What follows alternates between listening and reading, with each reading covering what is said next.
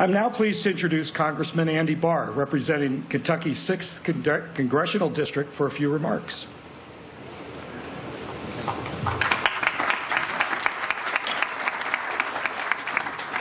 Good morning. It's an honor to be with you today to help honor the lives of those lost on Comair Flight 5191, one of the worst tragedies in the history of our city. Every one of us in Lexington remembers where we were exactly 10 years ago when we learned the news that a plane had crashed near Bluegrass Airport. Like many Lexingtonians, I was in church when our priest asked for prayers from the pulpit. I knew immediately that I would have known someone on the plane, or at least someone who was directly impacted by the tragedy. And I think everyone here probably felt the same way. Everyone in Lexington had the same reaction, minds racing to friends and family and whether they were on that flight. Despite being the second largest city in our Commonwealth, this is still a very tight-knit community. And in Lexington, we often say we live in the biggest small town in America.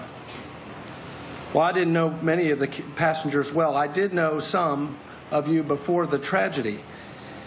And I have come to know many of you in the years since. Cutchin Powell was a friend from the University of Virginia, and he was engaged to Marcy Thomason. Marcy was in Lexington to plan their wedding and was headed back to Washington, D.C. I know Marcy's story well because of my friendship with Cutchin and because of how many people she touched. She was a beautiful, funny, smart, and for a young woman to be taken from us on the verge of being a bride, it breaks our hearts to this day. Every one of the passengers had a story. They had a family, they had a life. And their anguish is our anguish, as their friends and as their neighbors. But we also continue to celebrate their lives, which continue to enrich us and our community. For example, Pat Smith, whose remarkable life was taken from us too soon on Flight 5191, active volunteer and leader in Habitat for Humanity. I got a chance to catch up with his son Brian earlier today, who I played soccer with when I was a young boy. And since his death, the Pat Smith Foundation has built or renovated 10 homes for low-income families in Lexington. The Marcy Thomason Student Athlete Memorial Scholarship gives financial aid to an outstanding senior student athlete at Henry Clay High School, Marcy's alma mater. The Campbell House and the American Red Cross recently held a blood drive in remembrance of all the victims. And there is an annual volleyball tournament to honor the life of Fenton Dawson of Lexington and to benefit local high school volleyball programs.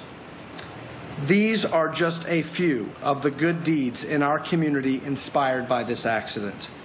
No doubt there were countless acts of kindness and generosity on that day, many of which we will never know about. We will also never forget the heroism of the first responders who spent weeks in difficult conditions to recover and honor the victims and their families. We are grateful for their work. But let us also remember and never forget the ways that this accident brought us together as a city and reminded us that life is precious. The fact that the lives of these passengers move us so much, even 10 years after this accident, affirms not only the impact that their lives had on our community when they were with us, but it also tells a lot about Lexington. This is a great community, and we are all incredibly proud to call Lexington home. God bless our city. God bless the families of 5191. And may God always bless these beautiful souls who gave us all so much and whose memories will always continue to be a blessing to us forever. Thank you.